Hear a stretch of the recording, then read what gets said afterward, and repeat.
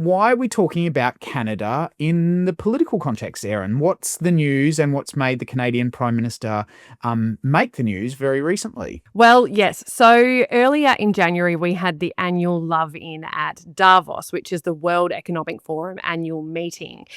So this kind of brings together, I say Love-In because it really brings together the world's business elites. This is very much an economic conversation, but it also brings along heads of states as well. So it's one of those meetings that I think, look, I'm not going to lie, I would absolutely love to go to Davos. I'd love to have that white little tag around my neck and to really see what it's all about. But because it is in Davos, in Switzerland, it sort of oozes wealth, it oozes privilege. And you get these huge speeches like from people like Mark Carney and Donald Trump, and his son-in-law was there giving his speech on what they were going to do with the Gaza Riviera. Like, this is a really, really major annual meeting, and it's seen as very, very exclusive, and one of those things that everybody would secretly love to get an invite to, even if you sort of against the whole like idea of the uber elite and uber privilege kind of gathering together. So what actually happened was Mark Carney, who is the Prime Minister of Canada, gave a really powerful speech at Davos, and obviously Canada has been on the absolute coalface of the US sort of exerting its power in recent, probably the recent last 12 months. Canada's really been at the forefront of that conversation.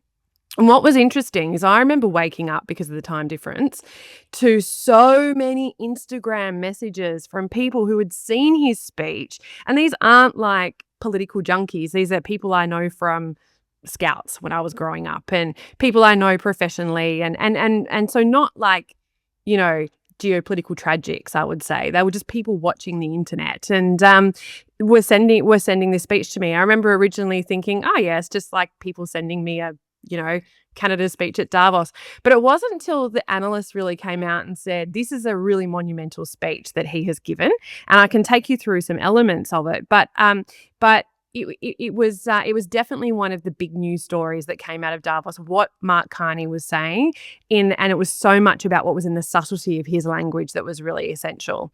Did you sort of get this coming across your feed as well at the time, Neil? I did. And look, the World Economic Forum, as Erin said, is sort of big news. It had over 65 heads of government, which is almost a third of the world's heads of government, from sort of Morocco, Switzerland. Trump was there, Carney was there, and sort of everyone in between. It also had 830 of the world's top CEOs and chairs of companies. And it was quite interesting as well, because my feed started to fill with commentary about sort of Mark Carney all of a sudden. And it was quite interesting because normally Canadian politics doesn't get much of a mention in Australia. And while we're very similar countries sort of historically and sort of political system wise, it is unusual to get sort of Canadian news front and centre. Yeah. Before I hand to you over sort of some of the key things he said, one of the most interesting sides of it is Canada is known, like Australia, as what's called a middle power. So we're not a superpower like the US or China or potentially Russia these days as well, but sort of operating in this sort of middle power, which is what he really lent into in his speech. So give us a sort of a snapshot as to what he said and what its relevance is for Australia. The underlying message of all of this was he was really trying to stand up to Trump, but he never mentions Trump in this speech, and he mentions democracy once. So he's really not trying to go back to that idea of, we're a democracy, we shared, which we do a lot as, in Australia, because we try and use that as our, that's what, democracy, rule of law, all of these things matter for countries like Australia and like Canada, because, if without that system, it becomes might is right. And that's what we're seeing the US revert back to with how it's sort of, using its power around the world. So the way in which the way he delivers this speech is just phenomenal. Like his skills as an orator. Is orator the right word? And we are going to put a little bit of his speech in the podcast for everyone to listen to. But what he basically says is that the US hegemony, in the post-Cold War era, served us really, really well. It, set up sea lanes, it set up trade routes, it set up all of these wonderful things that basically meant that you had this rules-based order underpinning all of these systems, and that served us all really, really well. But unfortunately, with essentially what he's saying is the way that the US is behaving is completely undermined that power, and we're going back to this might is right sort of situation. I don't think he uses those exact words. But what he does say... This bargain no longer works. We are in the midst of a rupture not a transition. When I think about that particular statement, we often talk about, that this sort of period with Trump, whatever. It's actually what he's saying. This is a really fundamental moment and change in the world order. He goes on to say, and as millennials, we can really relate to these things, I think. Over the past 2 decades, a series of crises in finance, health, energy, and geopolitics have laid bare the risks of extreme global integration. And that actually is a really clever statement as well, because it sort of goes to say, well, actually, yeah, we can see why globalization, what the risks are with globalization. And then he goes on to say, great powers have begun using economic integration as weapons, tariffs as leverage, financial infrastructure as coercion, supply chains as vulnerabilities to be exploited. So they're actually now using that system in order to subordinate others. He then goes on to say, you cannot live within the lie of mutual benefit through integration when integration becomes the source of your subordination. On one hand, he's saying this has actually served us very, very well. Globalization, multilateralism, international law, and so on, while also saying now this is becoming the source of our subordination as middle powers. And he talks in this speech about how without some level of integration, we will be much poorer and much worse off as in the global community. As a broader society. Yeah. Yeah, exactly. And so the other thing that he did that I thought was a really powerful start to the speech is he kind of goes back to the Soviet era when everybody was sort of believing this lie around the workers. So he goes to this quote.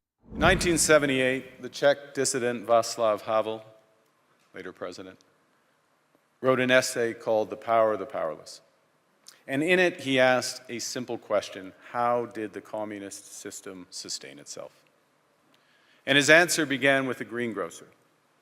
Every morning, this shopkeeper places a sign in his window: workers of the world unite. He doesn't believe it.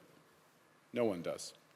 But he places the sign anyway to avoid trouble, to signal compliance, to get along. And because every shopkeeper on every street does the same, the system persists. Not through violence alone, but through the participation of ordinary people in rituals they privately know to be false. Havel called this living within a lie. The system's power comes not from its truth, but from everyone's willingness to perform as if it were true. I think what he's saying there is this idea of democracy and the rules-based order. We keep talking about it, but it now, with the way that the US is exerting its power and others, I'm assuming that China and Russia fit into that narrative as well, we no longer live in that system. There was a speech that I read. It was the New Zealand Prime Minister at Raisina Dialogue earlier last year. And he sort of, he talked a lot about democracy, and which is the way we tend to talk about India. And he does sort of say, well, there are differences and democracies aren't perfect and blah, blah, blah. I think what Carney is saying is we now have to go beyond that conversation. We can no longer be like, we've got shared values and we're democracy, because we're actually living a lie that is how the world is ordered right now.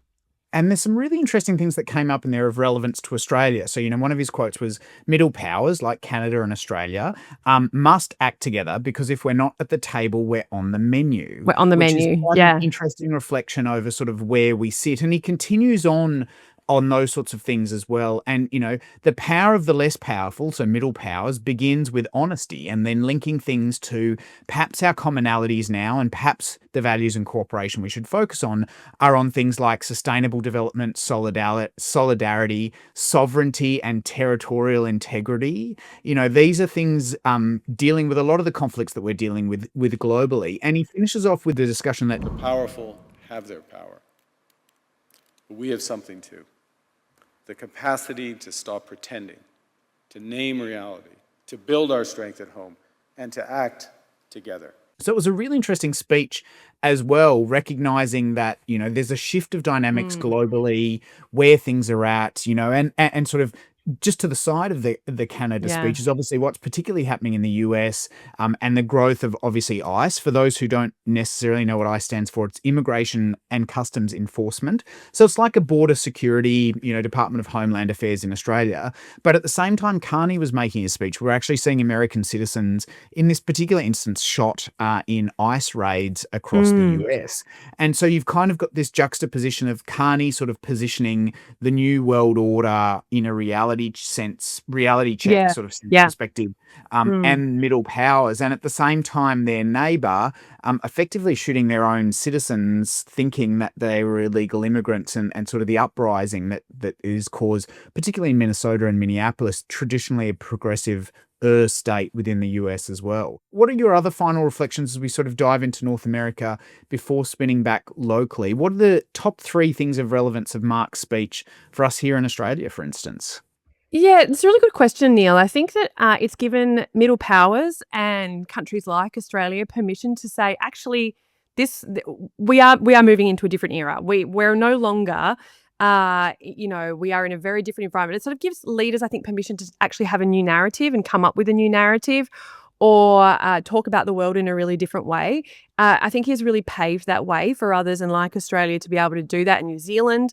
And like I say, that sort of language shift, where, maybe we're not foregrounding all of our speeches with, oh, we should all be friends because we're all democracies. Like, it doesn't really work that way anymore.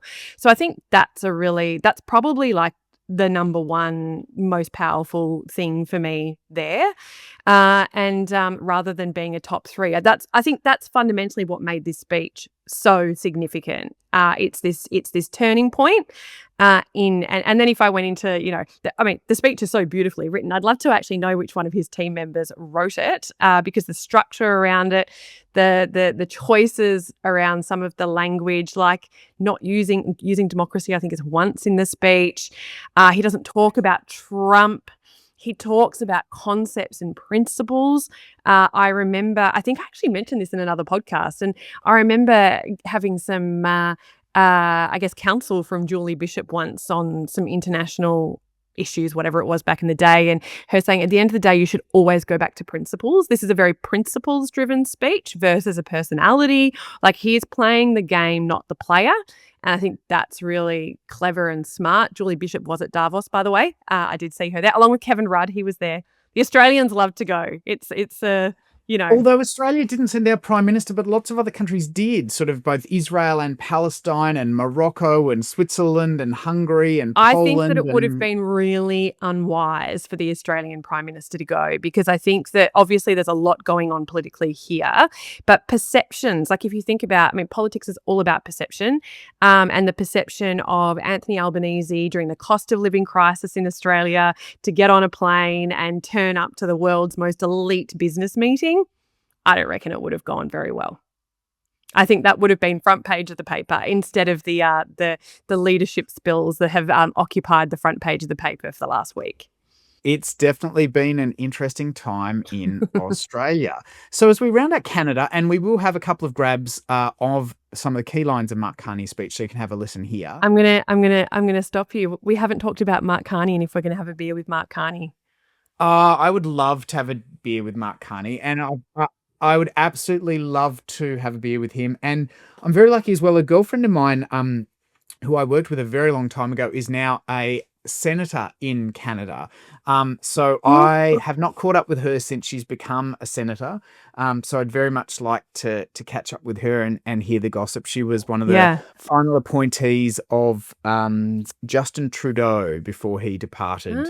Do they have list upper house list senators? No, they're just appointed by the government of the day. I think there's a certain Okay. amount for each state and territory, Yeah. and the government also, each province. So they're not sorry, and then elected, they're just appointed. No, the Oh, upper there you house in go. Canada is appointed. Yeah. Lots of Um, places the upper house are appointed. It's That's tough to it. become a Well, senator here. the UK is another one. Yeah. New India. Zealand doesn't have an upper house. India is appointed as well. So Mm. a few sort of hang-ons in that regard. But yes, definitely have a beer with Mark. A beer I'd and some definitely have a drink poutine. with And poutine. A beer and poutine. Poutine. I don't even know Yeah. what poutine is, but Poutine I'll is Google like that it's like afterwards. chips with it's like Canadian. This is like a Canadian delicacy. I can't believe you don't know what poutine is. It's basically chips with cheese and gravy on top.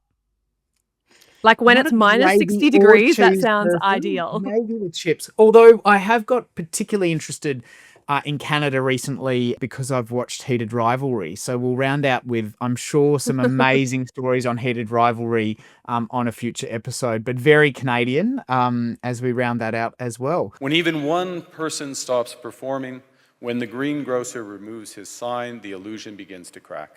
We have a recognition of what's happening and a determination to act accordingly. We understand that this rupture calls for more than adaptation.